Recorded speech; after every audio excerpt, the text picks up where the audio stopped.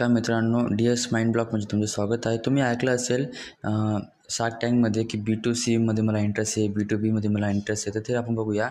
B2B काय असतं? Business to business असतं. त्याच्यामध्ये बिझनेस एक सर्व्हिस दुसऱ्या बिझनेसला विकत असते. जसं का आपण बघत असतो की समजा एक बिस्कुटचा पुडा आहे. तो बिस्कुटचा पुडा एक कंपनी शॉपला विकते. Subscribe शॉप पण to. काय एक बिझनेसच आहे.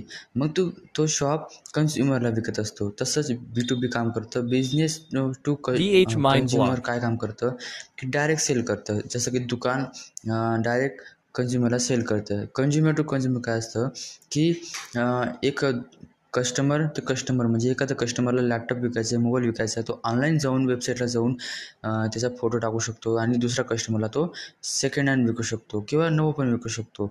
नंतर कंझ्युमर टू बिझनेस जसं काही एक फोटोग्राफर आहे, तर एक फोटो त्यांनी क्लिक केला, एकदम मस्त फोटो आहे आणि त्याला एका बिझनेसला सेल करायचा आहे, बिझनेसला तो घ्यायचा आहे, तर तो त्याला बिझनेस विकत घेत असतं. नंतर बिझनेस टू ॲडमिनिस्ट्रेटर म्हणजेच एक बिझनेसला एक सर्व्हिस विकायची आहे, गव्हर्नमेंटला विकायची आहे समजा, तर ती गव्हर्नमेंटला विकली जाते. तसंच कस्टमर टू ॲडमिनिस्ट्रेटर काम करत असतं. जसं की एज्युकेशनसाठी, हेल्थसाठी असं काम करत असतं. धन्यवाद.